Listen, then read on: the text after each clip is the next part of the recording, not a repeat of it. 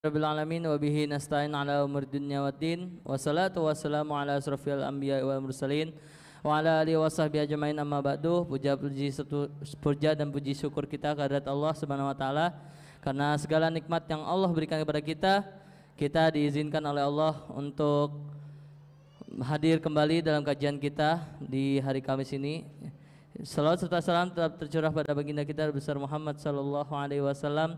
Karena beliaulah kita masih bisa merasakan, karena perjuangan beliau dan para sahabat kita masih bisa merasakan nikmat Islam yang rahmatan lil alamin. Insyaallah kita lanjutkan kembali kajian kita bersama Ustadz Dr. Firanja dengan pengantar akidah Islam di part kedua. Langsung saja kita mulai kajian kita dengan bacaan basmalah. Bismillahirrahmanirrahim. Selanjutnya kami persilahkan dengan segala hormat kepada Al-Ustadz Firanda.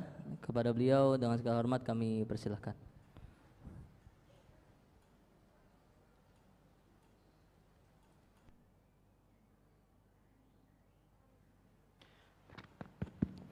Bismillahirrahmanirrahim. Assalamualaikum warahmatullahi wabarakatuh.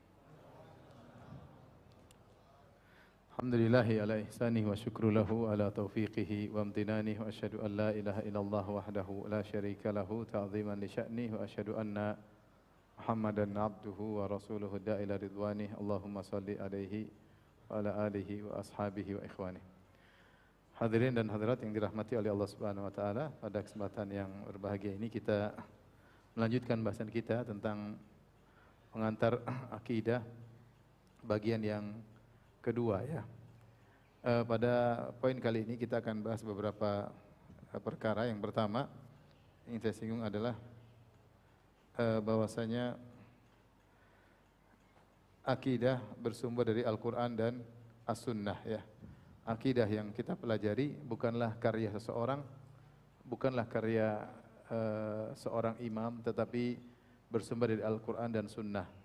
Hanyalah para imam atau para ulama mengambil dari dalil-dalil, kemudian mereka menyusun kembali dalam bentuk tulisan-tulisan.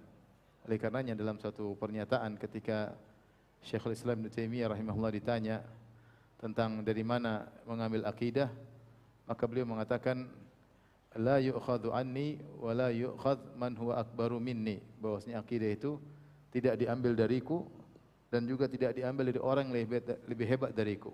Tapi akidah itu dari Al-Quran dan Sunnah, wa ma ajma' alaihi salaful ummah. Akidah itu Al-Quran dan Sunnah dan ijma' para sahabat. Oleh karenanya ketika seorang bicara tentang keyakinan, maka tidak boleh dia mengatakan kata Kiai Fulan, kata Ustadz Fulan, kata Habib Fulan. Tidak ada, harus ada dalilnya. Kalau disebut Syekh ini bilang begini, dalilnya apa? Kalau Habib bilang begini, dalilnya apa? Kalau Kiai bilang begini, dalilnya apa? Karena Al-Quran dan Sunnah itulah dalil akidah. Oleh karenanya ketika Nabi Yusuf alaihissalam menegur atau mendakwahi dua temannya dalam penjara, kemudian Nabi Yusuf berkata, "A'arbabun mutafarriquna khairun amillahul wahidul qahhar?" Apakah Tuhan yang beraneka ragam, sembahan-sembahan, berhala-berhala lebih baik ataukah Allah yang Maha Kuasa dan Maha Esa? Ma ta'buduna min dunihi illa asma'an sammaitumuha antum wa aba'ukum ma anzalallahu biha min sultan. Apa yang kalian sembah itu hanyalah berhala-berhala atau sembahan-sembahan yang dinamakan Tuhan oleh nenek moyang kalian. Ya, ma anzalallahu biha min sultan, Allah tidak pernah menurunkan dalilnya.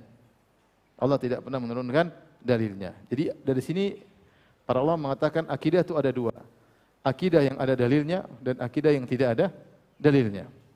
Akidah Ahlus Sunnah adalah akidah yang ada dalilnya.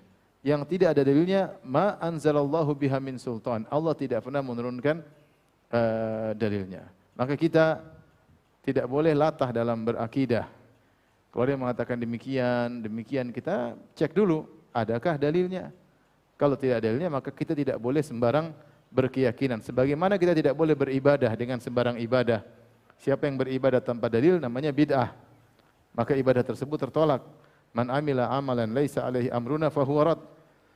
Siapa yang melakukan satu amal ibadah tidak ada perintah dari kami maka tertolak. Tidak boleh seorang berkreasi bikin ibadah.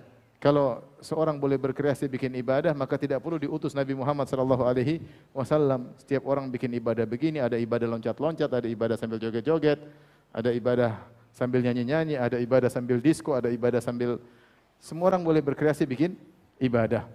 Maka kaidahnya mengatakan amal ibadah apapun yang tidak ada dalilnya maka tertolak. Kalau amal ibadah yang keumumannya merupakan masalah furu, masalah cabang, bagaimana lagi dengan masalah usul, masalah keyakinan? Maka tidak boleh seorang sembarang berkeyakinan. Tidak boleh. Meskipun keyakinan tersebut tersebar di masyarakat. Tidak boleh kita yakini. Harus ada Al-Quran dan Sunnah. Kalau enggak ada dalilnya, maka tidak boleh kita yakini. Seperti contoh misalnya meyakini bahwasanya kalau seorang sudah meninggal, ruhnya masih gentayangan 40 hari misalnya. Ini kita bilang dalilnya mana? Ya, dalilnya mana? Ya. Kemudian akhirnya rohnya terkadang jadi gendruwo, terkadang jadi mak lampir, terkadang jadi si manis jembatan Ancol. Dari mana dalilnya? Ya, kita bilang enggak ada dalilnya. Dalam Islam kalau seorang meninggal, ruhnya diambil oleh malaikat dimasukkan dalam alam barzakh. Alam sendiri, bukan alam dunia. Antara alam dunia dengan alam akhirat namanya alam barzakh, alam perantara. Apakah dia dapat nikmat atau dia disiksa? Itu keyakinan umat Islam. Kalau tidak maka akan macam-macam. Contoh seperti salah paham tentang masalah ruh, maka timbullah keyakinan namanya reinkarnasi. Saya ketemu sebagian orang Islam memiliki keyakinan apa? Reinkarnasi. Dia merasa dirinya adalah reinkarnasi dari raja abad keberapa, raja abad keberapa. Ini ajaran keyakinan agama Hindu dan Buddha. Islam enggak boleh. Kita enggak boleh akidah latah, itu enggak boleh. Harus Al-Quran dan Sunnah. Sebagaimana ibadah kita enggak boleh latah. Orang bikin ibadah gini ikut-ikutan. Jadi kalau ibu-ibu misalnya pergi ke Masjid Nabawi, terus ada orang usap-usap sorban di pintu Masjid Nabawi, jangan latah ikut-ikutan, jangan. Tanya ngapain lap-lap sorban atau jilbab di pintu Masjid Nabawi? Kalau dia bilang cari berkah, bilang dalilnya mana? Kalau dia mau bersih-bersih, bilang petugas masjid sudah banyak yang tukang bersih-bersih, enggak perlu. Ya. Maksud saya ini perkara yang penting, sebagaimana kita enggak boleh beribadah asal-asalan, akhirnya kita tersesat tanpa dalil sebagaimana orang-orang Nasara yang Allah sifati dengan dhalin. Al-dhalin itu orang-orang yang sesat, semangat beribadah tapi enggak ada dalil. Saking semangatnya beribadah, mereka tidak mau menikah, sebagian pendeta mereka tidak mau menikah sehingga tidak punya anak. Disangka dengan cara tidak menikah semakin dekat dengan Allah Subhanahu wa taala. Ya. Ibtada'uha, mereka bikin bid'ah yang tidak pernah diajarkan oleh Allah Subhanahu wa taala dan tidak pernah diajarkan oleh Nabi Isa alaihissalam. Maka demikian pula akidah, seorang tidak boleh sembarang berakidah, ya. Seorang kalau tidak ada dalilnya kita diam, perkara gaib, Allah alam. Misalnya yang bertanya, "Ustaz, kalau orang sudah meninggal, bisa enggak ruh ke jalan-jalan nanti ketemu ruh mama, ruh bapak di alam barzah?" Allah alam. Saya bilang ini masalah ruh kita enggak tahu. Kalau dalilnya berbicara, kalau enggak ada kita bilang apa? Wallahu a'lam, enggak tahu. Jangan kemudian kita berijtihad, mungkin masih ketemu, mungkin masih jalan-jalan, mungkin masih keluar ketemu kita di alam dunia, sehingga terjadi matching antara alam barzah dengan alam apa? Alam dunia. Ini semua butuh dalil. Karena kita bicara tentang masalah apa? Gaib. Kalau tidak ada dalilnya, diam. Bilang wallahu a'lam. Wallahu a'lam. Taib. Nah, akidah tidak boleh diambil dari sekedar akal, tidak boleh. Perhatikan ini penting, poin penting. Bukan akal yang menjadi patokan, tapi dalil. Tidak boleh akal yang menjadi patokan. Kenapa anda boleh akal menjadi patokan? Karena akal ranahnya terbatas. Ini yang pertama. Akal itu ranahnya terbatas. Akal itu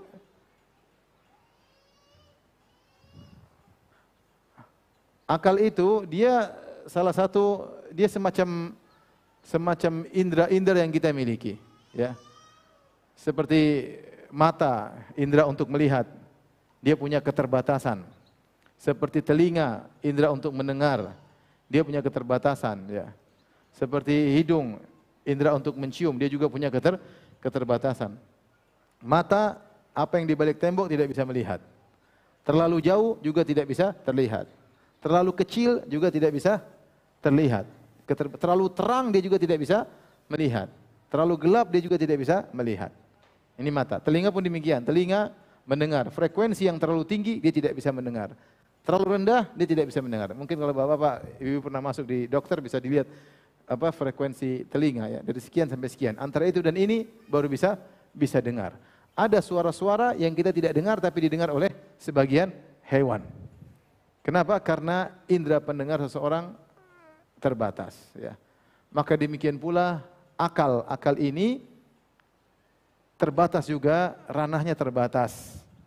Ada hal-hal yang akal tidak bisa memikirkannya. Kenapa akal tidak sampai? Maka Allah contohkan dalam Al-Quran bagaimana akal tidak mampu, seperti ketika Allah berbicara tentang ruh. Kata Allah Subhanahu wa taala, "Wa yas'alunaka 'anir ruh." Mereka bertanya kepada engkau tentang ruh. "Qulir ruhu min amri rabbi." Katakanlah ruh adalah urusanku. Wa ma utitum adalah urusan Rabbku. Wa ma utitum minal ilmi illa qalila. Kalian tidak diberi ilmu kecuali cuma sedikit. Ruh kita yakin ada atau tidak? Yakin. Setiap tubuh kita punya ruh atau tidak? Punya. Tapi ketika kita disuruh berbicara tentang ruh, akal kita enggak sampai. Ruh itu bagaimana? Dia dari zat apa? Unsur apa terbuat? Bagaimana menyebar dalam tubuh? Apakah dia besar kemudian mengecil?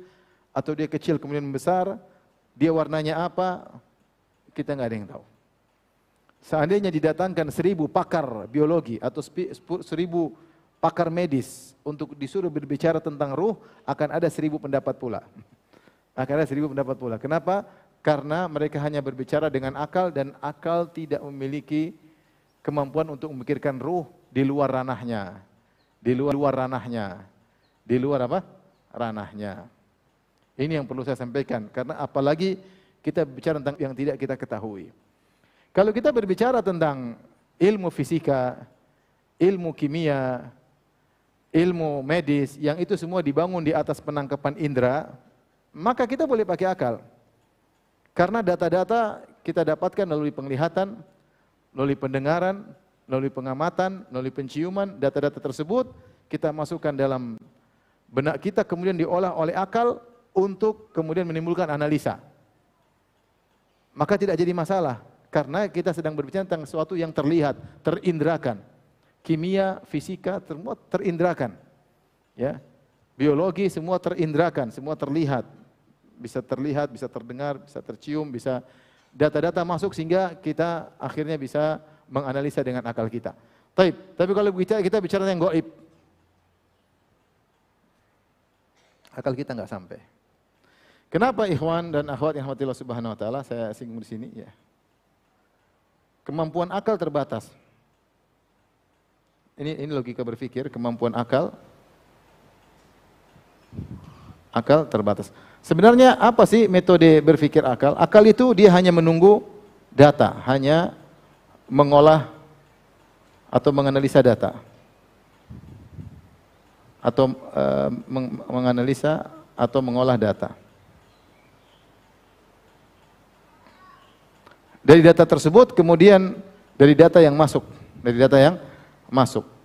Nah, data yang masuk tersebut diolah. Data ini dari mana dia tahu? Data ini, ya.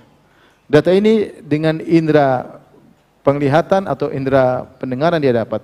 Dengan data bisa diketahui dengan 3 cara. Pertama adalah melihat langsung, atau yang kedua melihat semisalnya, atau dikabarkan oleh sumber data yang benar, sumber data yang valid. Baik, inilah sumber data yang bisa masuk dalam benak kita sehingga kemudian diolah oleh akal ya. Baik, kita bicara tentang ruh. Ruh, kalau kita mau tanya, bagaimana akal memikirkan ruh? Data apa yang masuk tentang ruh? Enggak ada. Lihat langsung nggak pernah lihat apa? Ruh, nggak pernah lihat. Yang semisal dengan ruh ada yang melihat nggak? Nggak ada juga. Nggak ada. Tinggal apa? Tinggal sumber yang valid. Ada sumber valid menyatakan ruh itu ada. Ruh kalau keluar tabi ahal basar maka mata ikut melihat. Ruh kalau keluar maka segera disambut oleh malaikat, dicabut oleh malaikat maut, kemudian disambut oleh malaikat rahmat atau malaikat azab. Ini semua dari sumber yang ketiga. Maka kalau kita bicara tentang ruh, sumber data cuma dari data yang valid, Al-Quran maupun apa? Sunnah. Ketika tidur bagaimana kondisi ruh? Allahu yatawaffal anfusa hina mautiha. Ya. Wallati lam tamut fi manamiha, fayumsiku allati qada 'alaiha al-maut wa yursilul ukhra ila ajalin musamma. Kata Allah, Allah yang memegang jiwa-jiwa, ruh-ruh seorang ketika sedang tidur. Allah pegang. Kalau dia hidup kembali, Allah kembalikan ruhnya. Kalau Allah matikan, Allah cabut ruh tersebut. Ini semua bicara tentang ruh, tapi kita nggak bisa beranalogi karena kita nggak pernah melihat langsung dan tidak pernah melihat yang semisal. Itu ruh. Baik. Contoh yang berikut yang Allah sebutkan, misalnya tentang nikmat surga. Nikmat surga ada yang kita pahami tapi tidak bisa kita bayangkan. Contoh, ketika Allah sebutkan misalnya di surga ada qawarira min fiddah. Di surga, penghuni surga akan diberi minuman-minuman yang diletakkan pada suatu gelas yang terbuat dari perak. Qawarira min fiddatin qaddaruha taqdira. Kata Allah Subhanahu wa taala, ada qawarir, gelas-gelas yang terbuat dari perak. Kita tahu namanya gelas terbuat dari apa? Kaca.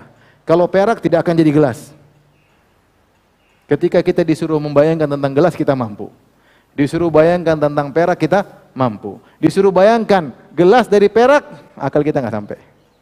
Karena kita tidak pernah melihatnya dan tidak pernah melihat yang semisalnya. Faham maksud saya? Kenapa datanya nggak ada? Kalau data nggak ada, otak kita terbatas, maka akal kita terbatas, tidak bisa menghayal lebih daripada itu. Taib. Di surga juga Allah sebutkan tentang bidadari. Misalnya kata Allah Subhanahu wa taala, ka'annahunnal yaqutu wal marjan. Sungguhnya bidadari itu seperti al-yaqut, seperti permata yang bening, wal marjan seperti mutiara yang putih. Allah sebutkan bidadari terkumpulkan padanya putih dan bening. Saking beningnya Rasulullah SAW mengatakan kabiduha mir'atuhu. Sungguhnya hati bidadari adalah cermin bagi suaminya di surga. Jadi kalau suaminya lagi berhadapan dengan bidadari, wajahnya kelihatan dalam hatinya. Bisa dibayangkan? Bisa dikit-dikit ya. Hatinya adalah cermin bagi suaminya. Kemudian lebih daripada itu kata Nabi SAW, yura mukhu saqaiha min wara'il lahmi minal hasan. Sungguhnya bidadari itu terlihat sumsum betisnya, sumsum, tahu sumsum? Kalau sumsum kambing tahu kan? Sumsum dalam tulang. Ya. Bidadari terlihat sumsumnya di balik daging betisnya karena saking indahnya. Kalau kita disuruh bayangkan berdasarkan database kita tentang manusia, kita pasti ngeri. Ada perempuan bening, putih, saking beningnya sumsumnya kelihatan. Mau nggak kamu sama dia? Siapa itu? Ngeri, gendruwo. Kenapa yang kita bayangkan berdasarkan database yang ada? Database kita seperti itu. Kita bisa bayangkan manusia sumsumnya, hewan sumsumnya, tapi Rasulullah mengatakan itu sumsum terlihat minal husn karena saking cantiknya. Kita untuk bayangkan, otak kita nggak sampai. Sebagaimana kita bayangkan ada gelas terbuat dari apa? Dari perak, kita nggak bisa bayangkan. Bidadari yang sumsumnya kelihatan, di balik betisnya juga kita tidak bisa apa? Bayangkan. Saya ingin menjelaskan ini semua agar kita tahu bahwasanya otak kita ini terbatas karena kemampuan dia berpikir dibangun di atas data yang masuk. Kalau saya suruh ibu-ibu atau kita laki-laki semua membayangkan tentang tampannya Nabi Yusuf alaihissalam, yang saking tampannya, di mana para wanita di kota Mesir ketika melihat Nabi Yusuf, mereka potong-potong tangan mereka tanpa sadar, saking tampannya Nabi Yusuf, saking mempesonanya Nabi Yusuf, mereka histeris dan mereka tidak sadar. Yang kata Nabi SAW tentang Nabi Yusuf, laqad u'tiya syatral jamal. Sungguhnya Yusuf alaihissalam telah diberikan setengah ketampanan. Ada pendapat mengatakan ketampanan itu 100% di dunia ini, 50% buat siapa Nabi? Yusuf. Sisanya bagi-bagi kita semua. Antum dapat berapa saya nggak tahu. Setriliun, seperberapa Allah alam. Tapi ketampanan untuk Nabi Yusuf 50%, makanya dia tampannya luar biasa. Saking tampannya wanita memotong tangannya dia tidak sadar. Nah, kalau kita disuruh bayangkan tentang tampannya Nabi Yusuf, otak kita nggak sampai. Kenapa yang kita bisa bayangkan lelaki tertampan yang pernah kita lihat? Sebagaimana kita lelaki disuruh membayangkan tentang cantiknya bidadari, mau bayangkan nggak bisa, otak nggak sampai. Yang paling keluar istri kita. Suruh bayangin wanita tercantik, otak nggak sampai. Kenapa? Datanya nggak ada. Maka semua apa yang dipikirkan oleh akal itu dibangun di atas data untuk diolah dan dikelola oleh data. Makanya di zaman dahulu ada seorang ulama. Dia sempat mendapati namanya lampu pelita di rumah, lampu pelita. Belum ada mobil waktu itu, belum diimport mobil ke misalnya ke Arab Saudi atau ke lainnya. Tapi dia tahu ada lampu pelita, ada cahaya. Kemudian dia buta. Setelah dia buta, kemudian datang ada mobil diimport ke Arab ya. Maka dia bertanya, mobil itu bagaimana? Mobil itu ada lampunya. Lampunya seperti apa? Data dia yang ada cuma lampu pelita, paham? Maka orang bisa terangkan, mobil itu seperti lampu pelita, cuma lebih tajam, cuma lebih begini, cuma lebih begini, cuma lebih begini. Tapi database dia apa? Lampu pelita. Sehingga ketika dia mau ingin menghayal tentang lampu mobil, dia bangun di atas lampu pelita yang pernah dia lihat. Paham atau tidak? Seandainya dia tidak pernah lihat lampu, dia tidak akan bisa menghayal tentang lampu mobil. Seandainya, saya tanya sama Bapak dan Ibu yang dirahmati Allah Subhanahu wa taala. Seandainya ada seorang dia lahir dalam kondisi buta. Kemudian ketika umur 15 tahun dia sempat melihat dalam waktu 2 detik. Misalnya. Kemudian yang dia lihat ternyata ayam jago. Dalam 2 detik. Kemudian dia buta lagi. Berarti data yang masuk dalam dirinya apa? Data ayam jago. Nah, kalau orang bilang, kamu tahu gajah? Dia akan bilang, gajah itu apa dibandingkan ayam jago? Dia nggak bisa menghayal gajah. Karena data yang dia punya cuma apa? Ayam jago. Maka kita akan bilang, gajah itu seperti ayam jago, cuma lebih gede, bulat. Ya. Kita nggak bisa bikin data yang lain. Karena data yang dia punya cuma apa? Ayam jago. Terus kalau kita bilang, kamu tahu cewek nggak? Kata dia, cewek itu seperti apa dibanding ayam jago?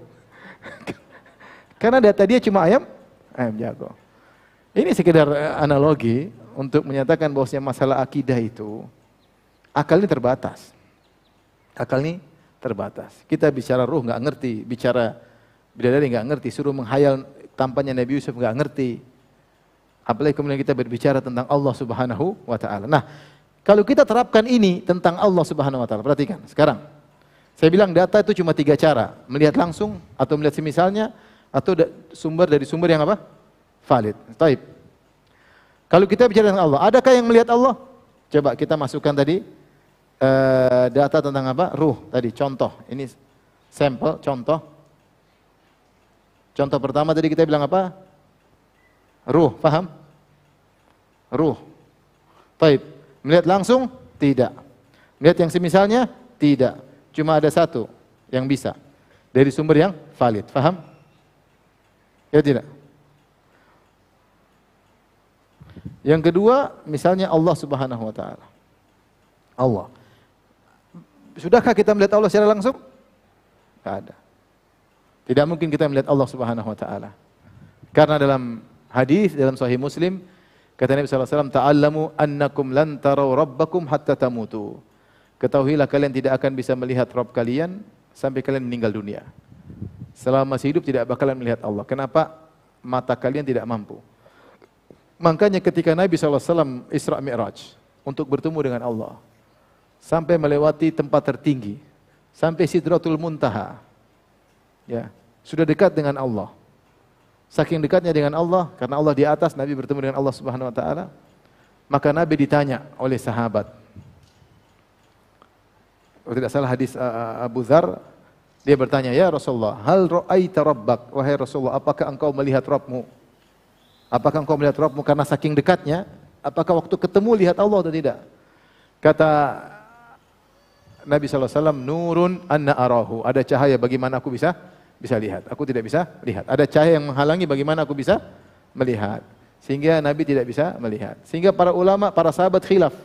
antara Aisyah, Ibnu Abbas, apakah Nabi melihat Allah ketika Isra Mi'raj atau tidak. Ada yang mengatakan melihat, ada yang mengatakan tidak melihat. Yang benar Nabi tidak bisa melihat karena ada cahaya yang menghalangi. Demikiannya Nabi Musa alaihissalam ketika dipanggil di Bukit Tursina, dia sudah mendengar Allah berbicara dengan dia, timbul kerinduan, suara sudah dengar, ingin lihat zatnya. Maka dia mengatakan, Rabbi arini anzur ilaik, ya Rabbku, tunjukkanlah dirimu, aku ingin melihat padamu. Kata Allah, lan tarani, kau tidak bisa mampu melihatku. Walakin inzur ilal jabali fa in istaqarra makanahu fasawfa tarani. Falamma tajalla rabbuhu lil jabali ja'alahu dakka wa kharra Musa sa'iqa. Tapi lihatlah kepada gunung.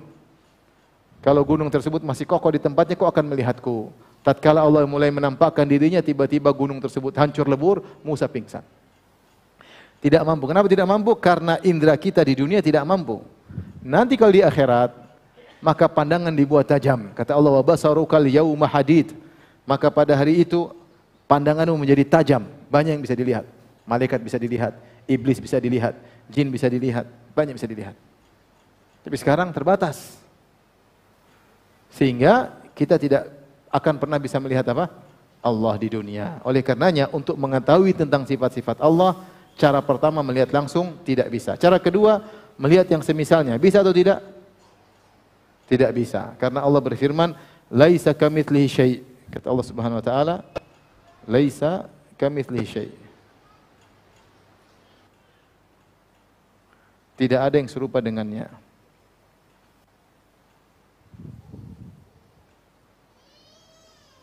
Wa huwas samiul basir, dan dia Maha melihat, Maha mendengar. Kalau begitu, kalau ingin tahu tentang Allah Subhanahu wa taala cuma satu sumber, yaitu dengan dikabarkan oleh sumber yang valid. Sumber tersebut cuma dua, yaitu Al-Quran dan apa? Dan As-Sunnah. Dari sini kita tahu bahwasanya akal ini ranahnya terbatas. Oleh karena akal itu ranahnya sangat terbatas, maka jangan coba-coba berbicara tentang Tuhan dengan akal. Akal itu hanya bisa tahu Tuhan secara global. Tuhan itu ada, bisa ketahui dengan akal. Tuhan itu maha kuasa, akal bisa tahu Tuhan maha kuasa. Enggak mungkin alam semesta ini bisa ada kecuali yang bikin yang maha kuasa. Tuhan itu pasti berilmu, itu akal bisa tahu. Tapi detail-detailnya akal tidak bisa tahu. Makanya di antara kesalahan fatal yang dilakukan oleh orang-orang filsafat Yunani, falasifah al-Yunan, di antaranya adalah Plato, kemudian Aristoteles dan Plotinus. Plato dan Aristoteles hidup sekitar 3 atau 4 abad sebelum Masehi.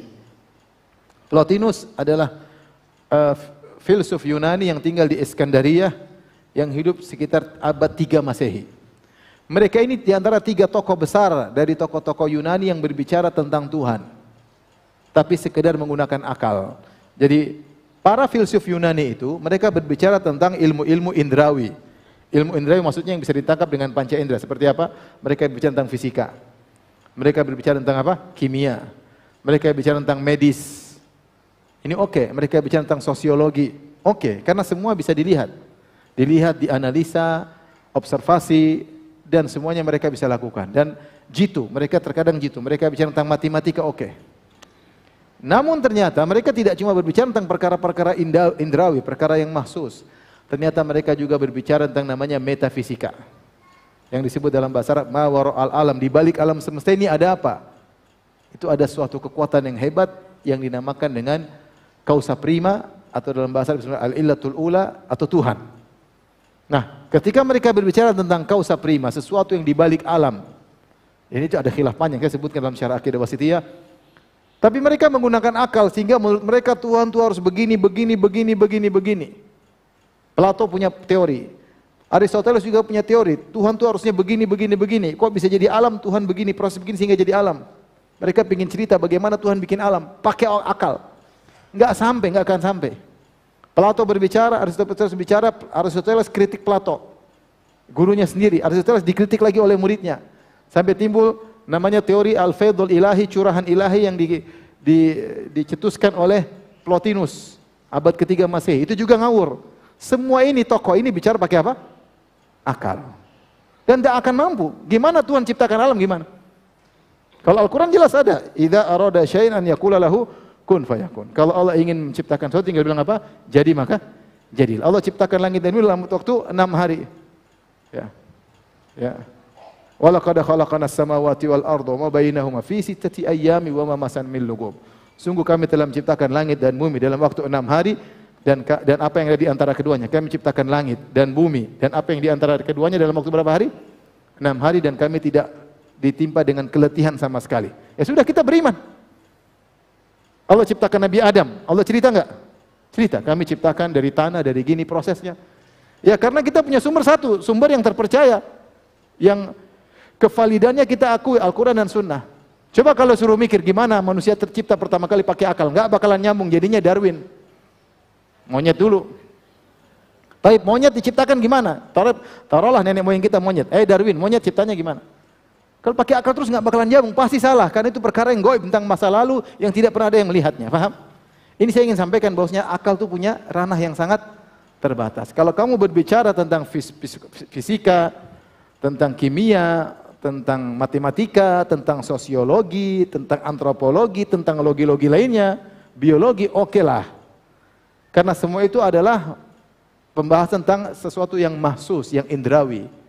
Tapi kalau sudah bicara tentang yang tidak kita lihat, seperti ruh, nggak bakalan bisa. Akal terbatas. Tentang jin aja kita bingung. Sampai sekarang nggak ada yang bisa bikin teori bagaimana jin bisa masuk dalam tubuh manusia, bisa menggunakan pita seorang manusia kemudian berbicara. Nggak ada yang bisa tahu gimana caranya. Nggak ada yang tahu. Kenapa? Karena nggak pernah lihat. Bayangkan ada orang Jawa, tahu-tahu bisa ngomong Belanda. Kenapa? Dia kemasukan jin apa? Belanda. Gimana masuknya? Gimana menggunakan? Nggak ada yang bisa jelasin karena gaib. Apalagi Allah Subhanahu wa taala. Oleh karenanya saya ingin sampaikan sumber akidah itu Al-Qur'an dan Sunnah. Cuma ini, paham? Sumber yang valid. Adapun akal terbatas, tidak bisa. Siapa yang menjadikan akidah sumbernya adalah akal, maka dia salah. Akal itu butuh bimbingan. Akal itu adalah seperti mata yang butuh cahaya. Kalau ada cahayanya baru dia bisa apa? Melihat. Kalau nggak ada cahaya dia nggak bisa melihat. Akal setelah dijelaskan oleh Quran dan Sunnah baru kemudian dia bisa tahu, oh ternyata benar, ternyata benar, ternyata benar. Tapi kalau nggak ada Al-Quran dan Sunnah dia nggak akan bisa. Lihatlah bagaimana tokoh-tokoh Yunani ketika mereka berbicara tentang Tuhan mereka keliru. Sebelumnya, sebelum zaman Plato, Aristoteles, kemudian Plotinus, sebelumnya mereka sebelum abad ke-7 Masehi, mereka masih berbicara Tuhan-Tuhan mereka adalah dewa-dewa yang tinggal di Gunung Olympus. Adalah dewa Zeus, dewa inilah, punya anak, dewanya zina sama manusia, punya anak namanya Hercules. Itu kan hasil karya otak mereka, paham? Mereka bicara tentang Tuhan. Mereka mulai menafsirkan kejadian alam, misalnya petir, oh ini Tuhan lagi marah, ini guntur, Tuhan lagi batuk mungkin, dewa lagi batuk, macam-macam. Akal mereka karena bicara tentang Tuhan harus pakai wahyu. Biarkanlah Allah yang berbicara tentang dirinya. Yang lebih tahu tentang Allah siapa? Allah sendiri. Paham sampai sini Bapak Ibu? Baik, kita kembali. Ini bisa dipahami? Baik.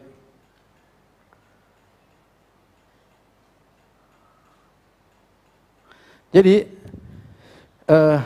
saya tadi bahas tentang ranah yang pertama, akal ranahnya terbatas ini. Akal itu ranahnya terbatas. Sehingga tidak bisa dijadikan patokan untuk bicara tentang apa? Akidah. Paham? Yang kedua, selain dia terbatas, akal juga bertingkat-tingkat. Kalau mau bicara pakai akal, akalnya siapa mau jadi patokan? Kita bicara tentang Tuhan, tentang akidah, akal siapa mau jadi patokan? Al-uqul mutafawitah, akal itu bermacam-macam, bertingkat-tingkat. Yang jadi patokan akal saya atau akal kamu atau akal dia atau akal mereka. Akal siapa menjadi patokan? Kalau taib kita sepakat, kita bicara tentang akidah pakai akal. Akal siapa? Akal sahabat kah? Akal Nabi Muhammad SAW kah? Akalmu kah? Akalku kah? Akal dia? Akalnya orang India kah? Akalnya orang Yunani kah? Akal siapa? Akal siapa yang menjadi patokan? Seandainya akal cuma satu, mungkin bisa jadi patokan. Tapi akal bermacam-macam. Nah kalau akal bermacam-macam, tidak bakalan bisa dijadikan apa? Patokan. Faham Bapak dan Ibu? Baik. Kemudian yang ketiga, Di antara kenapa kita nggak boleh menjadikan akal sebagai sumber akidah? Karena mendahulukan dalil justru konsekuensi mengikuti akal. Ini penjelasannya bagaimana? Kita ikut dalil itu justru konsekuensi dari pembenaran akal. Saya ulangi, mengikuti dalil merupakan konsekuensi dari akal. Mengikuti dalil merupakan perkara yang logis. Tidak ikut dalil malah tidak logis. Gampangannya, mengikut dalil adalah perkara logis, tidak ikut dalil malah perkara yang tidak logis. Contohnya begini, logika. Jadi, saya sini ada misalnya Pak John, itu jangan Pak Budi sakit. Pak Budi sakit. Sedang mencari dokter.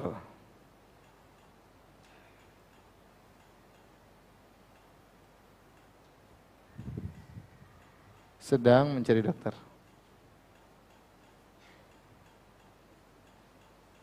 Baik. Di tengah sini ada namanya tukang becak misalnya.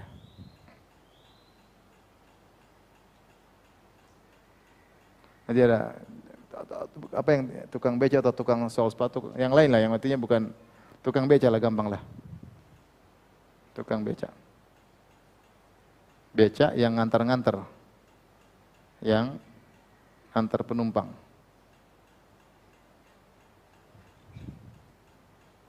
Taib.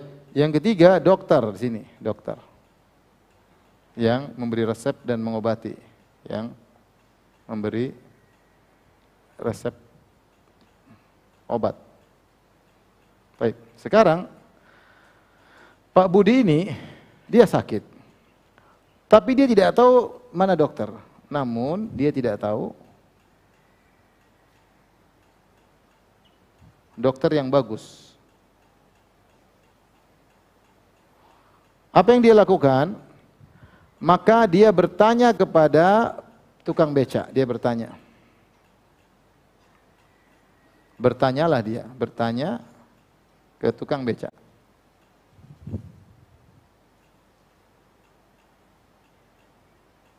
Sekalian diantarkan. Dia bertanya kepada tukang becak, Pak, misalnya namanya Pak Sony. Pak Sony, dokter mana yang bagus buat saya? Kata tukang becak, Pak Budi sakit apa? Saya sakit, misalnya sakit ginjal. Oh, saya tahu, ada dokter spesialis sakit ginjal. Tempatnya di sana, mari saya antarkan.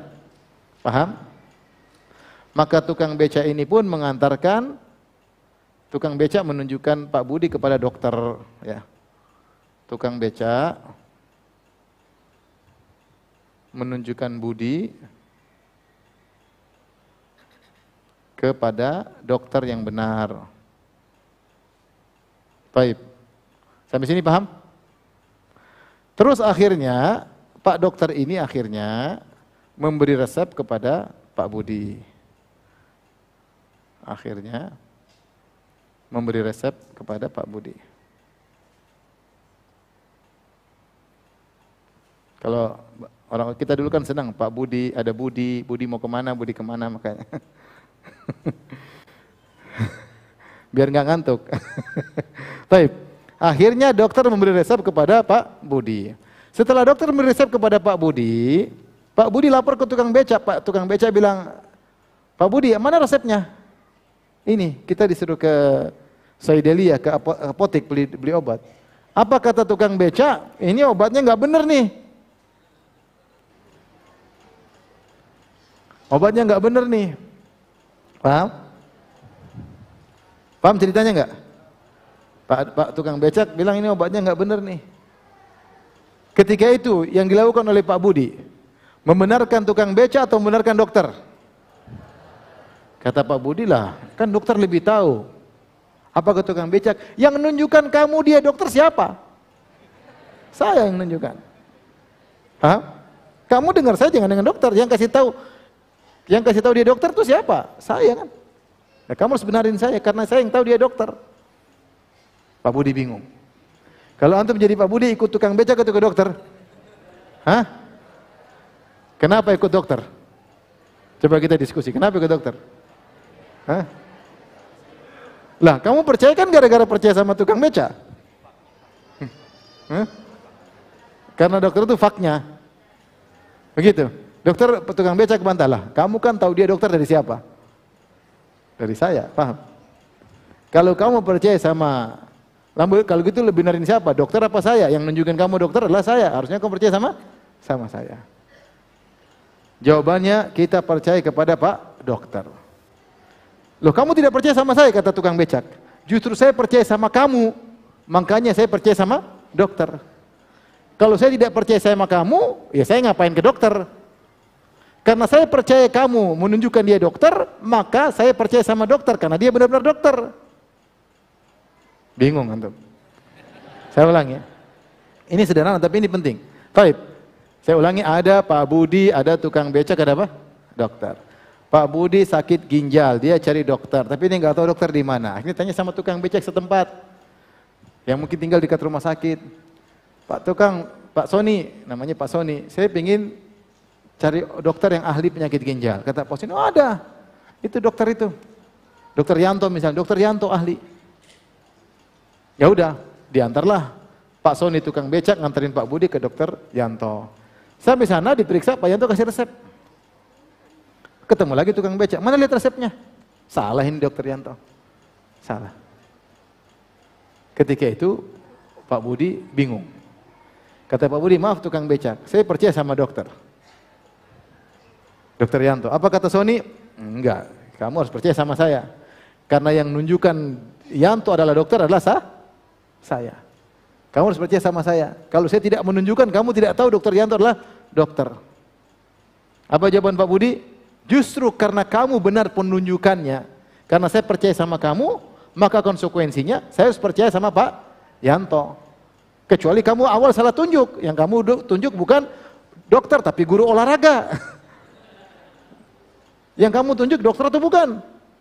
Dokter, kata Pak Sony, tukang becak. Ya sudah, kalau kau tunjuk penunjukanmu benar ahlinya, saya percaya sama dokter. Kecuali kalau kamu pertama tadi salah tunjuk. Kalau kamu sekarang bilang kamu jangan percaya sama dokter Yanto, berarti kamu sejak awal sudah salah nunjuk, paham nggak?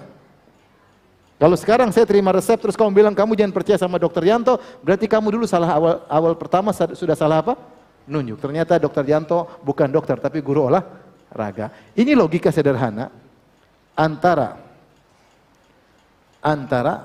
ya ini kita bilang dalil,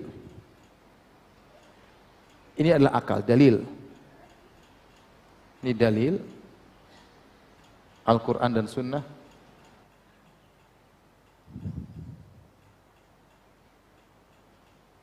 Dan ini adalah akal. Baik. Ini manusia. Yang menjadikan kita percaya ada Tuhan, itu sama antum. Kenapa kita percaya sama ada Tuhan? Akal kita menunjukkan demikian, ya enggak? Kita yakin ada Tuhan karena akal kita menunjukkan demikian. Tidak mungkin alam semesta ini ada kecuali ada yang menciptakan. Tidak mungkin Tuhan menciptakan kecuali dengan ilmu yang hebat. Akal menunjukkan demikian. Ketika kita sudah percaya dengan adanya Tuhan, Tuhan ternyata berbicara, menurunkan Al-Quran dan mengutus utusannya yang bernama Rasulullah SAW menyampaikan hadis-hadis, paham? Ketika Tuhan menyampaikan pernyataannya dalam Al-Quran maupun hadis, melalui Al-Quran atau melalui Rasulnya, hadis. Kemudian akal tidak setuju, ini menurut saya tidak masuk akal. Tidak masuk akal. Seperti mereka mengatakan Tuhan di atas, nggak masuk akal. Contoh, akal dia mengatakan tidak mungkin Allah di atas. Akal dia. Akal dia menunjukkan tidak mungkin Allah di atas. Ketika itu yang kita benarkan sih, akal apa dalil? Akal atau dalil? Dalil. Karena akalmu terbatas dan kamu sudah menunjukkan Tuhan nggak mungkin salah, Rasul nggak mungkin apa? Salah. Ketika Allah punya statement, Rasul punya statement, tinggal terima. Tidak perlu lagi kita jadikan akal sebagai filter. Ini menurut akal. Nah, kalau akal pun menjadi filter, akal siapa? Inilah yang terjadi sekarang seperti itu. Ketika orang mendewakan akal, seperti Mu'tazilah, Asy'ariyah, mereka berdalil dengan ini. Kata mereka bahwasanya akal adalah asal, dalil adalah fara', cabang. Kita tidak percaya sama Tuhan kecuali karena kita punya akal. Oleh karenanya kalau ada dalil yang bersih dengan akal kita tolak, kata mereka demikian. Sehingga terlalu banyak dalil Al-Quran maupun sunnah mereka tolak. Karena mereka pakai logika, menurut mereka akal menjadi sumber. Kita bantah dengan logika tukang becak tadi, paham? Paham atau tidak? Saya takut antum nggak paham. Paham atau tidak? Gampangannya gini, kalau ada Al-Quran bilang A, hadis bilang A, akal kita kurang bisa memahami. Kita bilang sudahlah, percaya aja. Orang yang bicara Tuhan nggak mungkin salah, paham? Kalau Tuhan salah dia bukan Tuhan. Kalau Nabi salah dia bukan apa? Nabi. Ya udah percaya aja. Kalau Allah mengatakan Allah beristiwa di atas arsy, sudah. Akalmu nggak sampai ya sudah, bukan berarti tidak ada. Saya nggak bisa mungkin. Gimana Allah gimana? Karena ketika kamu membayangkan tentang Allah, kamu database-nya manusia, paham? Itu salahnya di situ. Kenapa orang mengatakan Allah tidak mungkin beristiwa di atas arsy? Karena dia bayanginnya seperti manusia. Kalau manusia berarti begini, begini, begini. Karena database dalam dirinya, database-nya apa? Manusia. Dia tidak punya database tentang Tuhan. Oleh karenanya tunduk saja, terima saja. Ketika Imam Malik ditanya oleh seorang, ya Aba Abdullah, wahai Imam Malik, Ar-Rahmanu 'alal arsy istawa, Allah beristiwa di atas arsy. Al-Quran jelas, Allah beristiwa, berada di atas arsy. Kemudian dia bertanya, kaifastawa, bagaimana cara Allah beristiwa? Maka apa kata Imam Malik? Al-istiwa'u ma'lum. Istiwa itu kita paham maknanya, itu di atas. Wal kaifu majhul, dan bagaimananya tidak diketahui. Ada tapi kita enggak tahu. Wal imanu bihi wajib, dan beriman bahwasanya Allah beristiwa di atas adalah wajib.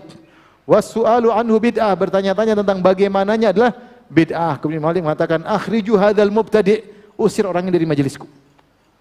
Mau nanya-nanya bagaimana Allah beristiwa. Karena database kita enggak ada. Allah ketika berbicara tentang istiwa, ini sederhana, dalam Al-Quran ada beberapa model istiwa. Contoh Allah menyebutkan, coba saya contoh, ini sederhana, istiwa dalam Al-Quran. Istiwa itu artinya apa? Di atas. Ada Allah sebutkan istiwa manusia di atas kapal. Coba ini, istiwanya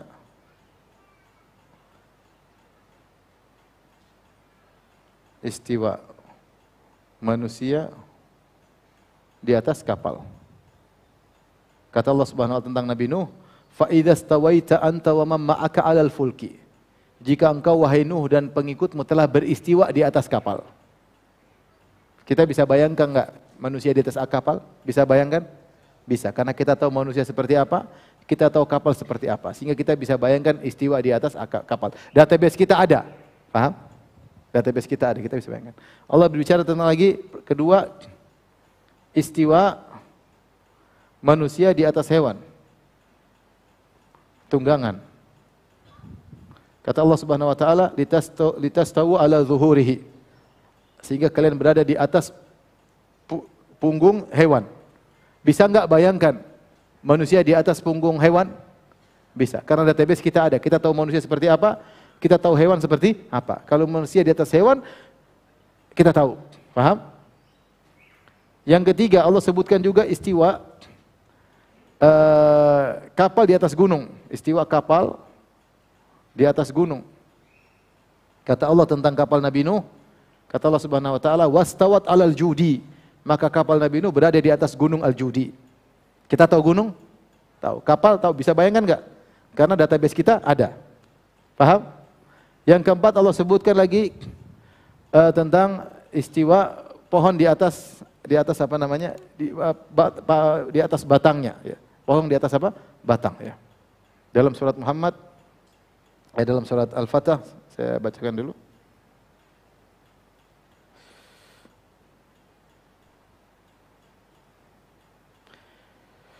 Akhraja sata'ahu astaghladha fastawa ala suqihi, kata Allah, fastawa ala suqihi yujibu zurra'a liyaghidha bihimul kuffar. Sebentar. Oke.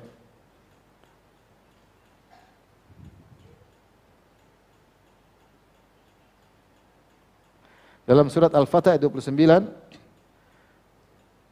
kata Allah Subhanahu wa taala,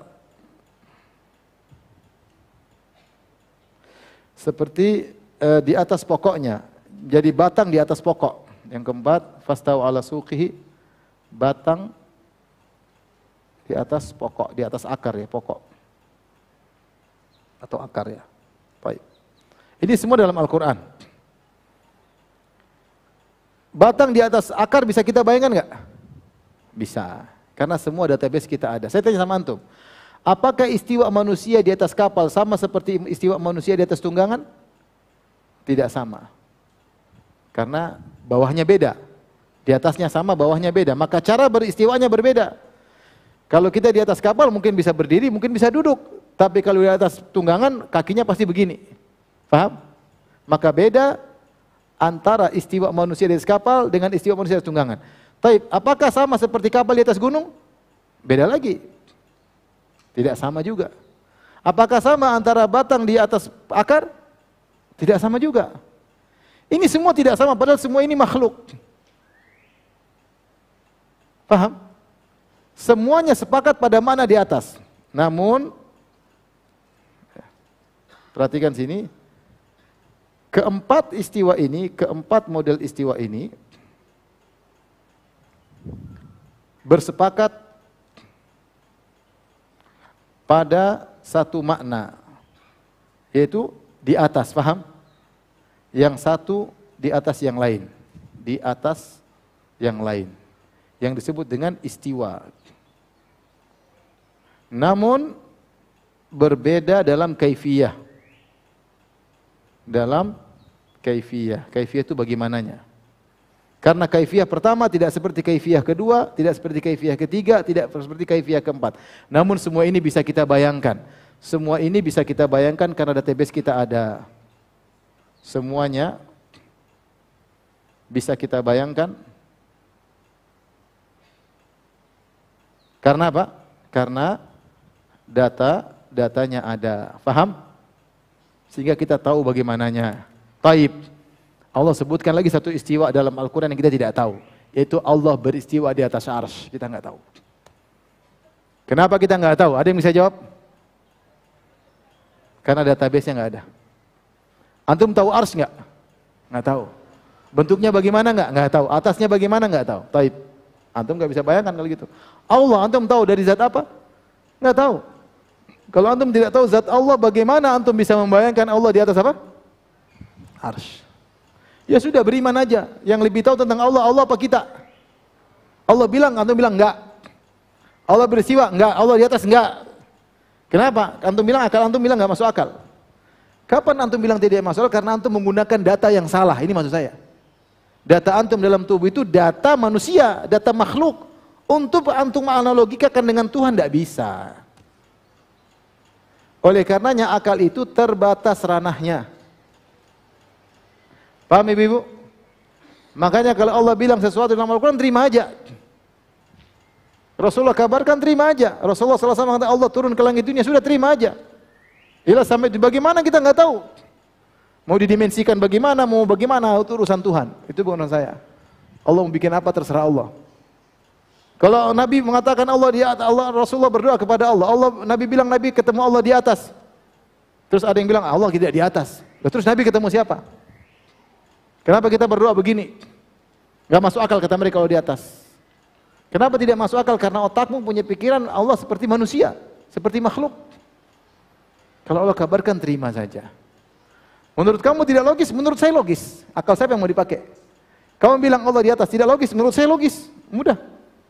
Bukankah Allah mengatakan, wa ma qadarallahu haqqa qadri wal ardu jami'an qabdatuhu yaumil qiyamah. Mereka tidak mengagungkan Allah sebagaimana mestinya, sementara pada hari kiamat kelak bumi dalam genggaman Allah. Was samawati matwiyatun bi yamin. Alam semesta dilipat oleh Allah. Berarti Allah makhluk kecil, paham? Dalam genggaman. Dia makhluk kecil, Allah di luar, besar, maha besar, Allahu Akbar. Paham? Ya Allah di atas, Allahu Akbar, makhluk kecil. Bagi saya logis, bagi kamu enggak logis, bagi saya apa? Logis. Makanya jadi masalah ketika orang menjadikan akidah di atas akal dia, repot. Apalagi dia menjadikan akal jadi patokan, akalnya Plotinus atau akalnya Plato atau akalnya Aristoteles. Repot.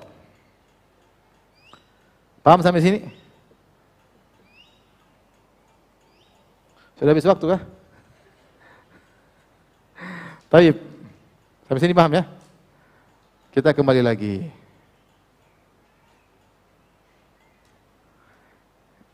Jadi, akidah sumbernya Al-Quran dan Sunnah, bukan akal menjadi patokan karena akal hanya terbatas, akal juga bertingkat-tingkat, mendahulukan dalil justru berkonsekuensi mengikuti akal. Siapa yang mendahulukan akal atas dalil, maka itu tidak logis, justru tidak masuk akal.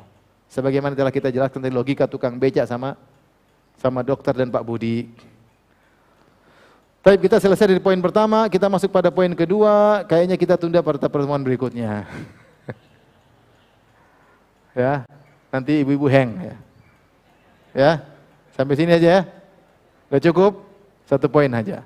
Yang penting antum mengerti bahwasanya akal itu dengan data. Kalau datanya salah ya akalnya nggak bisa mikir. Baik, demikian saja. Nanti insya Allah kita lanjutkan lagi pada kesempatan yang lain. Kalau Nabi rahmatillah subhanahu wa ta'ala, jangan bosan-bosan belajar akidah ya. Ini belajar untuk keyakinan kita. Keyakinan terhadap Al-Quran. Karena Al-Quran itu menyampaikan banyak informasi, ada orang yang bikin ragu-ragu. Oh enggak begitu, oh enggak begini, oh enggak begini. Seakan-akan kita protes, padahal Allah berfirman, "Fala wa rabbika la yu'minuna hatta yuhaqqimuka fima shajara bainahum." Katakanlah demi Rabbmu, sungguhnya mereka tidak beriman sampai mereka menjadikan engkau sebagai hakim wahai Muhammad atas perselisihan yang ada di antara mereka. Tsumma la yajidu fi anfusihim harajan mimma qadaita. Kemudian mereka tidak menemukan kegundahan gerundel kejengkelan protes terhadap keputusanmu. Kata Allah Subhanahu wa taala, "Famakhtalaftum fihi min syai' fa hukmuhu ila Allah." Apapun perselisihan kalian kembali kepada Al-Qur'an ya. Fa in tanaza'tum fi syai'in farudduhu ila Allahi war Rasul. Kalau kalian berselisih kembali pada Al-Qur'an dan Sunnah. Sekarang ada Al-Qur'annya dikritiki. Oh enggak begini maksudnya. Oh enggak begini maksudnya. Nabi bilang begini, bukan begitu maksudnya. Akal dia mau dia jadikan hakim dalam memfilter Al-Qur'an dan Sunnah. Makanya sungguh indah perkataan Imam Malik. Ya laita syi'ri bi ayyi aqlin yuzanul kitab wa sunnah. Mau pakai akal siapa untuk memfilter Al-Qur'an dan Sunnah? Memang Al-Quran Sunnah yang difilter, justru akal kamu yang difilter dengan Al-Quran dan Sunnah, bukan sebaliknya.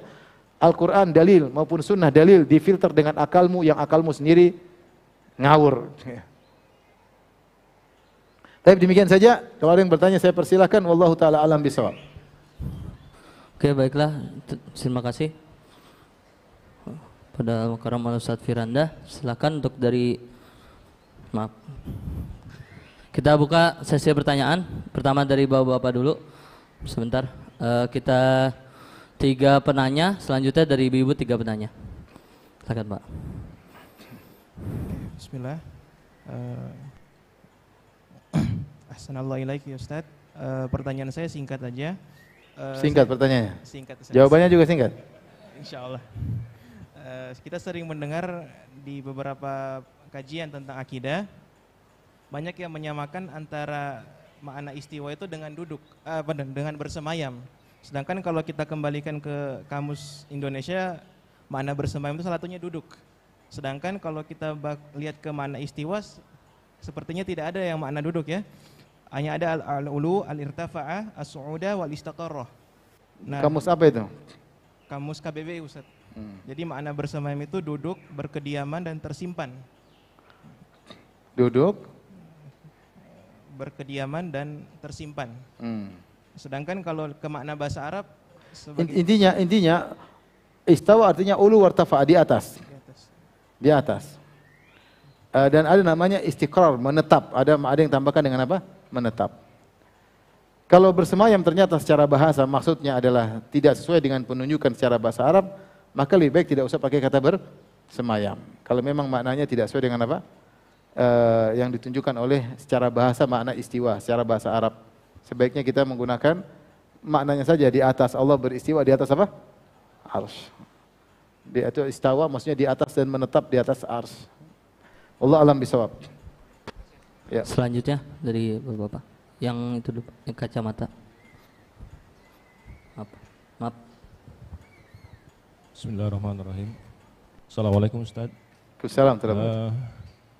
Mohon penjelasannya mengenai dalil adanya Nabi bertanya kepada budak yang Aina Allah, kemudian dijawab Jariyah kepada budak jariyah, ya. Allahu fis sama, atikra fa innaha mu'minah. Nah, ini bilang Apa? Bebaskan karena ia termasuk orang yang mukminah. Nah itu dari dalilnya hadis riwayat apa dan derajatnya gimana. Kemudian yang kedua, yang tadi yang mengenai Imam Malik itu, apakah itu tercantum di dalam kitabnya Al-Muwatta gitu Ustaz? Syukran. Adapun Imam Malik bukan Muwatta, karena Muwatta itu buku yang dikarang oleh Imam Malik. Ini peristiwa yang dihadapi oleh Imam Malik, ada yang bertanya. Syekh Abdul Razak punya buku judulnya tentang asar dari Imam Malik tentang khusus masalah ini. Beliau kumpulkan asar-asar yang menunjukkan asarnya sahih. Jadi bukan dalam Muwatta itu buku hadis yang ditulis oleh Imam Malik. Adapun ini kejadian tentang yang dialami oleh Imam Malik dilihat oleh orang. Kemudian diriwayatkan dan riwayatnya banyak dengan banyak jalurnya dikumpulkan oleh Syekh Abdul Razak dalam bukunya seputar ini. Ya, asar tentang istiwa yang ditanyakan kepada Imam Malik. Saya lupa judul secara bahasa Arab, tapi maknanya demikian. Ya buku ya mungkin tebal segini, enggak terlalu tebal, bisa dibaca. Adapun ketika ditanya kepada seorang budak di mana Allah, itu hadis riwayat Muslim, hadis sahih dan juga banyak yang meriwayatkan selain Imam Muslim. Ada lagi yang bertanya? Ibu-ibu. Dari bapak-bapak mungkin satu lagi Ustaz. Oh, Bapak silakan. Ini. Bismillah. Assalamualaikum Ustaz. Tadi ada masalah obat. Jadi ini keyakinan atau bukan ya? Jadi kita kan tahu nih untuk pengobatan kita ada pengobatan Nabi ya. Dan yang sekarang itu kita kok lebih banyak cenderung karena terbiasa kita dari lahir ya kan pengobatan medis. Kimia ini segala macam sampai kalau mau pusing atau sakit perut kita obat tertentu yang kimia itu kok malah lebih mantep. Pakai madu lah anggap atau pakai habat kok nggak ini juga gitu. Jadi akhirnya kita kecenderungan. Padahal itu kan perintahnya dari Nabi. Nah inilah ujian jadinya gimana nih Sat untuk kayak gini. Perkara pengobatan perkara duniawi. Rasulullah dalam suatu kaidah umum, antum a'lamu bi umuri dunyakum. Kalian lebih tahu tentang urusan dunia kalian. Dan asalnya obat medis adalah herbal juga. Herbal tapi dibakukan sehingga misalnya kimia dulu ada benda pilkina kan dari suatu yang kemudian diminum kemudian sembuh kemudian dibuat jadi obat. Semuanya itu bahan-bahan kimia adalah bahan-bahan herbal tapi dibakukan menjadi obat-obatan kimia. Dan seharusnya obat itu tidak keluar kecuali melalui percobaan berapa tahun, dilihat efek-efeknya dan seterusnya. Herbal seperti kalau kita bilang tibun nabawi seperti madu, habatus sauda telah datang dalilnya jelas. Bahkan madu dalam Al-Qur'an. Seharusnya zaman sekarang ada dokter-dokter muslim yang canggih yang berusaha menggramkan misalnya madu dengan model tertentu untuk sakit ini, kadarnya sekian itu penting. Habatus sauda kalau sakit ini kadarnya sekian ya. Itu kalau ada yang bisa buat lebih bagus. Karena kalau tidak, orang terkadang minum habat sauda berlebih-lebihan, dia nggak ngerti ukurannya seberapa. Atau minum madu berlebih-lebihan, ternyata madunya juga madu palsu. Ada orang kena penyakit gula gara-gara minum madu, ternyata madunya madu palsu, repot. Jadi semua itu obat. Semua obat. Di antara obat yang dikabarkan dalam Al-Quran adalah madu. Di antara obat dikabarkan oleh Nabi SAW adalah habatus sauda. Tapi bukan berarti Nabi menafikan obat-obat yang lain. Ya. Semua silakan. Yang jadi masalah ketika seorang fanatik kepada salah satunya, itu jadi masalah. Fanatik kepada medis, tidak beriman kepada obat-obatan herbal. Dalam istilah kita herbal. Ya. Sekarang madu juga bisa dibuat misalnya selain madu apa dalam dari madu produk lebah itu apa? Propolis. Propolis kan sudah dalam bentuk pil. Sebenarnya itu juga herbal. Tapi dibentuk dalam bentuk apa? Pil. Ya. Nah, ini sepertinya bagus, kita tahu takarannya. Kalau ini kamu dua ini sehari, bagus kalau gitu. Kalau madu habatus sauda dibikin gitu, bagus. Ada dokter yang ahli yang membuat bikin. Sekarang enggak, terserah. Kalau gemuk 4, kalau kurus 2, sakit apa? 4, 3 kali 3. Asal saja, yang ngomong nggak pakai ilmu. Kira-kira kamu nih, yang penting kamu niatnya benar. Jadi maksud saya kalau ada dokter-dokter muslim yang canggih, kemudian bisa membuat takaran yang tepat dengan berat badan yang tepat, sakit seperti apa itu bagus. Seperti madu, apalagi madu konsentrasinya berbeda-beda. Seperti madu dari New Zealand itu. Saya berapa kali beli. Konsentrasinya sekian lebih mahal, konsentrasinya lebih murah. Itu juga takarannya berbeda-beda, tidak sama.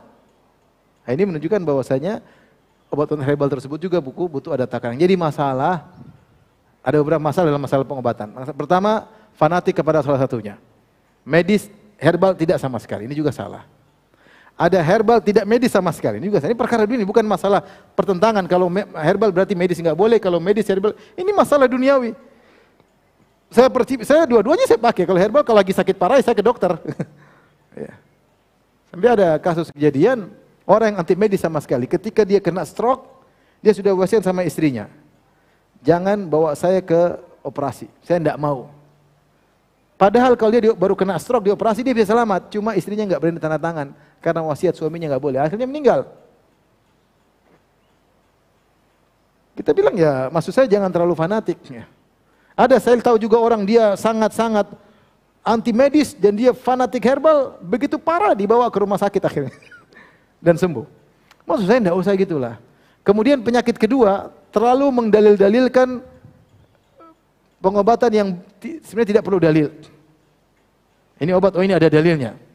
Seperti obat pengobatan dengan dipijit-pijit, katanya Nabi Ayub dulu nginjak urkut beli jadi nendang-nendang apa?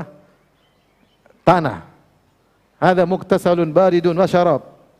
Ya, dalam Al-Qur'an Nabi Ayub ketika ingin sembuh dia tendang-tendang tanah, akhirnya keluar apa?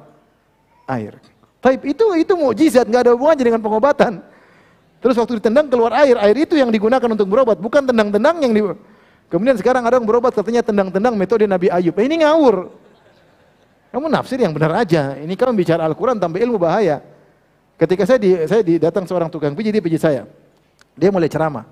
Ini Ustadz metode Nabi Ayub, kamu diam aja ke saya, kamu jangan sembarang nafsir. Karena dosa nafsir Al-Quran sembarangan.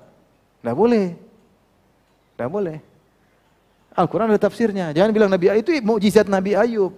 Dia tendang, maka keluar apa? Air. Airnya yang jadi, bukan tendangannya yang jadi apa? Sembuh. Ente waktu tendang-tendang lantai keluar air nggak? Kalau itu obat bagus, tapi nggak usah pakai dalil. Sudah, obat aja ya. Nanti ada bicara makan yang sehat, adalah sepersekian beras, sepersekian kacang-kacangan, sepersekian sayur-sayuran, dalilnya surat Abasa. Ya, Allah tidak ada maksud sepertiga itu, tidak ada takaran seperti itu. Ini sudah sehat-sehat ya sudah, nggak usah pakai dalil. Nanti kamu nafsirkan Al-Quran pakai apa? Untuk jualan herbal, nggak boleh.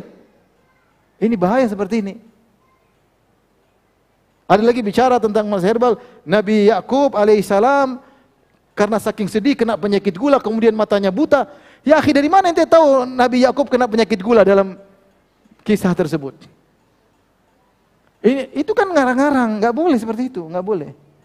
Namanya cocok logi, nggak boleh. Gatok kayak digatok-gatokkan ini karena ini nggak boleh. Udah, kalau kamu punya disiplin ilmu pengobatan, nggak apa-apa, itu coba aja. Ini cuma duniawi. Kalau sembuh-sembuh, tapi jangan kemudian kamu bilang ini dari Nabi, ini dari Nabi. Terus kalau dari Nabi nggak sembuh, Nabi keliru dong, repot. Bahaya kan? Ini metode Nabi. Ternyata nggak benar, Nabi salah metode dong. Nabi yang bilang antum a'lamu bi umuri dunyakum. Kalian lebih tahu tentang perkara apa dunia apa? Kalian. Jadi kalau ada segala yang bermanfaat, lakukan. Ya. Di Arab Saudi yang mungkin sana sumber-sumber herbal, mereka juga medis. Syekh-syekh kita juga kalau sakit ke medis. Mereka ada herbal, tapi ketika parah mereka ke medis. Jadi kalau orang misalnya luka parah terus mau pakai herbal gimana misalnya? Tabrakan kaki patah, pakai herbal gimana caranya? Kan nggak bisa, harus medis, operasi toh, ya kan? Jadi kalau pembuluh darah pecah, pakai herbal gimana caranya? Bisa nggak gimana? Pembuluh darah pecah, pakai herbal gimana? Ada yang nggak tahu pakai herbal gimana caranya? Ya nggak bisa, operasi dibersihkan, diperbaiki baru. Habis itu pakai herbal untuk maintenance. Jadi jangan terbayang bahwasanya herbal bertentangan dengan apa? Medis. Ini medis, silakan masing-masing. Tidak usah saling menjatuhkan. Herbal ada faedahnya, medis ada faedahnya. Oh herbal umur lama, orang kafir saja juga yang umur juga panjang-panjang, 100 tahun, 90 tahun, mereka medis-medis semua. Paham? Udahlah, jangan sampai gara-gara jualan herbal kemudian Semuanya disebut tibun nabawi. Jangan. Nanti kalau punya metode bagus, enggak usah perlu sandarkan kepada Nabi. Terus kalau bicara pakai ilmu, saya sering sampaikan, banyak orang ketika tukang bekam itu tidak pernah bilang wallahu alam. Bekam ini, oh ini karena ini Ustaz. Oh ini karena ini. Dokter aja nggak berani analisa, tapi tukang bekam kadang-kadang, oh ini Pak, oh ini. Gak ada yang bilang wallahu alam. Iya atau tidak? Antum pernah bilang tukang bekam wallahu alam? Jarang. Rata-rata, oh ini nih, oh ini karena ini, oh ini karena ininya, ini karena limpanya, ini karena ini. Wow, masya Allah. Kalau dokter periksa darah dulu, baru pasti. Ada teman saya, dia sebelum ketemu tukang bekam dia periksa darah dulu. Setelah periksa darah, kolesterolnya rendah. Tukang bekam, oh ini darahnya gini, kolesterol tinggi Pak. Darahnya menggumpal apa, ini kolesterol tinggi. Nih. Baru diem. Makanya jangan sok tahu, kamu bekam-bekam aja. Gak boleh bicara sembarang. Nanti malpraktek. Paham? Orang mati gara-gara ente. Lah iya orang saya sakit, ya nggak usah ke dokter. Sudah ini saya bekamin aja. Nggak apa-apa, bekam ke dokter oke. Tapi jangan bilang jangan kesana, jangan kesana. Kalau kamu ahli, boleh. Kalau enggak terus dia mati, kamu tanggung jawab hari akhir. Hari kiamat kamu ditanya, membunuh orang dengan sok tahu. Siapa yang jualan herbal di sini? Silakan jual terus, nggak apa. Tapi jangan sok tahu.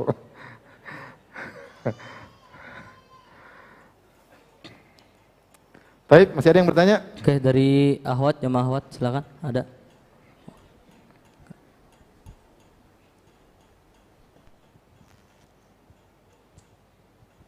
Silakan jemaah Ahwat, ada yang bertanya? Tidak ada, ya, alhamdulillah. Di belakang. Sudah ya, ibu-ibu, nanti bulan depan ya. Ada Ustaz di belakang, Ustaz. Masih ada? Ada satu. Oke, masih ada? Ada Ustaz. Satu orang cepat. Saya ada acara lagi masalah. Medis atau herbal?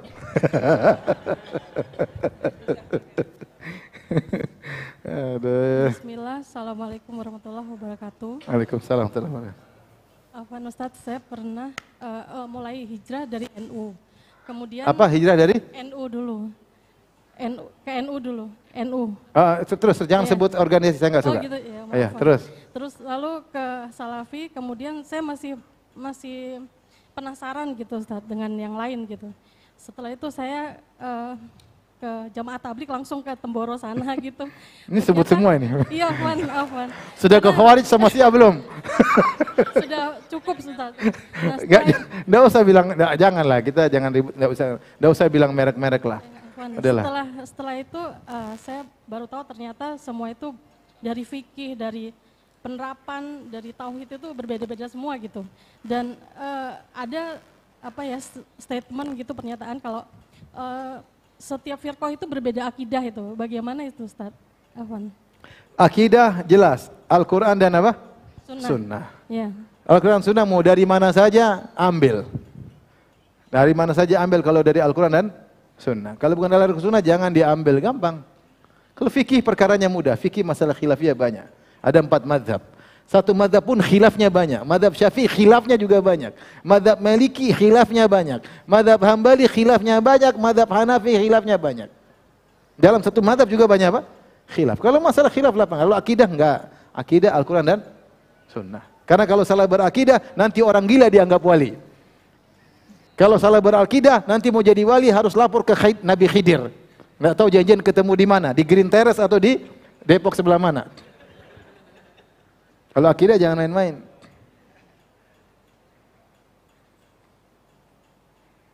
Salah berakidah, ada yang bilang kalau nyembah Nabi Isa, tapi maksudnya Nabi Isa adalah penampakan Tuhan Allah, maka tidak syirik, justru bertauhid. Subhanallah.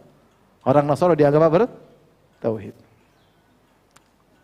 Sudahlah, kalau masalah fikih lapang, masalah akidah, gampang Al-Quran dan Sunnah kita ambil, bukan Sunnah, nggak usah. Ada yang bilang, Allah tidak di atas, tidak di dalam alam, tidak di luar alam, tidak di atas, tidak di bawah, tidak di mana-mana. Kita tanya ngomong gitu, dalilnya ada enggak? Al-Quran ada enggak? Sunnah ada enggak? Imam siapa yang ngomong begitu? Kalau enggak ada, mohon maaf. Taib, demikian saja. Subhanakallah bihamdik, asyhadu an la ilaha illa anta, astaghfiruka wa atubu ilaik. Assalamualaikum warahmatullahi wabarakatuh. Alhamdulillahirabbil alamin, sudah selesai insyaallah, alhamdulillah. kajian kita pada hari ini. Insyaallah ilmu-ilmu yang disampaikan beliau kita bermanfaat di hari kemudian. Amin. Mari sama-sama kita tutup kajian kita dengan bacaan hamdalah dan kafaratul majlis. Alhamdulillahirabbil alamin. Subhanakallahumma wa bihamdika asyhadu an la ilaha illa anta astaghfiruka wa atubu ilaik. Wassalamualaikum warahmatullahi wabarakatuh. Kami informasikan pada para jamaah sekalian supaya kembali dicek kanan kiri atau depan belakangnya. Mungkin ada sampah yang tertinggal, boleh silakan diambil. Kita sama-sama menjaga kebersihan.